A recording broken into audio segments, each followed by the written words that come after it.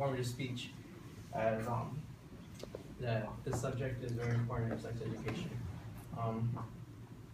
As a member of the society, I am a person that falls into this category of being not informed of sex education, and I'm credible to be a part of this because as I fall into it and I've done my research of important factors of why education is important.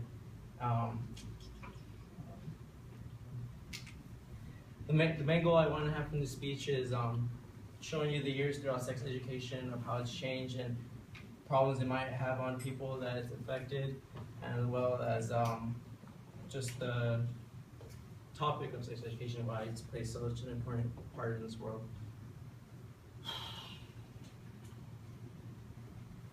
Today I will be talking about sex education through the 80s, the 90s, and present time today, why it's had a positive and negative effects on people of taking the courses or not have taken these courses.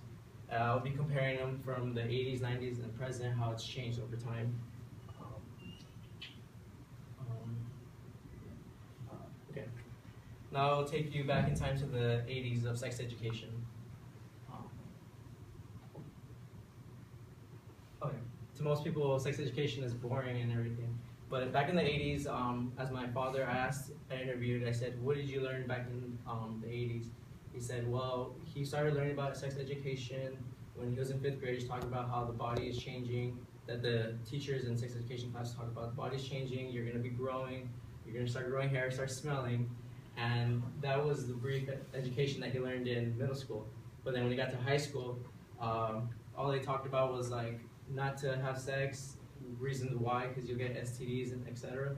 But most important thing I think he took out of this sex education was having good communication with his parents, that they told him to wait till marriage and to be safe and be smart about it. And that's what the different time span has changed over the years, from like being informed about education, which everyone should be. A quote I would like to going to say now is from the National Sexual Education Standards that they've proposed now, is that at the end of 2nd grade, kids should know the proper names for female and male body parts, and then at the end of 5th grade, they should be able to define the process of human reproduction, also describe puberty, and friends and family members, society, and culture influence ideas about body image. By the end of 8th grade, kids should now be able to explain fitness, benefits, risks, and effectiveness rates of various methods of contraception, including abstinence and condoms. And then by the end of 12th grade, students should know how to communicate decision, whether to engage in sexual behaviors, and understand why tricks and threats or occurrence in a relationship is wrong. Now I will move along and talk about the 90s sex education. Seems ancient to most people because it's not too long ago, as most of us were probably born at that time, correct? The difference from the 80s and 90s, as I've taken a few interviews with my aunt, was that she didn't have much sex education throughout her years, as she went to a really small school that didn't really bother. It was mostly kids that just, if you want to show up, you show up. And she had no experience with sex. She had no experience at all, so it was hard for her as she later in life became pregnant, and she regrets every day of not actually going to class for sex education. So that's one purpose why, to be informed. As for her, it is a sad story that she got pregnant at a young age, but she enjoys every moment with the child. So there's benefits and then non-benefits. As you can tell, the sex education would have helped her a lot, as she had a brighter future. Quote I'd like to tell you about that by from Victoria Jennings, Director of the Institution of Reproductive Health at Georgetown University. Did research of given the fact that recent CDC literature shows 43.9% of women have experienced some or unwanted sex violence was not rape, and 23.4% of men have experienced the same. Public health experts agree both that sex need education on appropriate behavior. Finally, I'd like to talk about the present time of sex education, which mostly is really active nowadays, as you can tell. Sex education, I'd like to point out that I did research of a lot of people. They had of our generation, didn't experience much sexual health class. Like for me, for example, they just talked about men have genitals and a penis, and then women have a vagina. That's all I ever got introduced in middle school, and as well as I asked other people and did research on.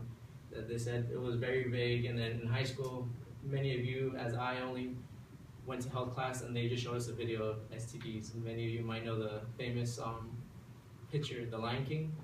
I don't have it, don't worry, I'm not gonna show it. But it was pretty vague for me in high school. Like, I only got very few information out of health. Why not to have sex?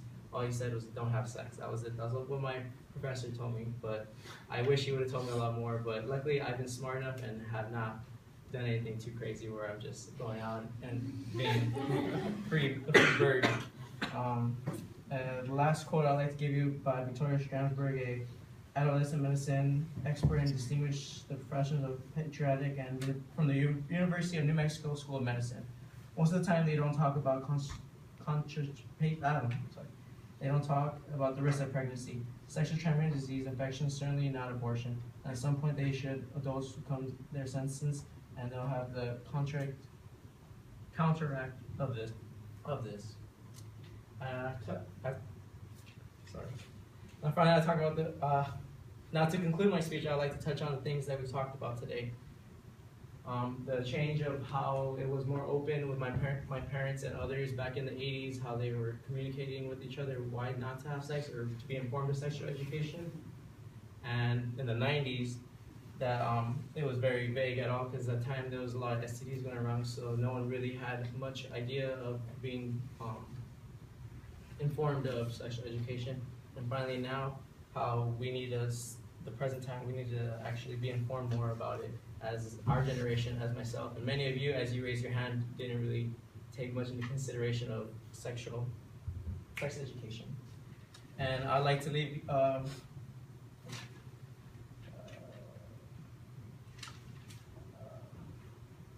then now I'd like to leave you with a little video of the best sex ed teacher, which we hope we never had. We're almost at 8 minutes. You might just want to cut your passes here. Okay. So don't have sex. Don't have sex. You'll die and you'll be pregnant. So rubber.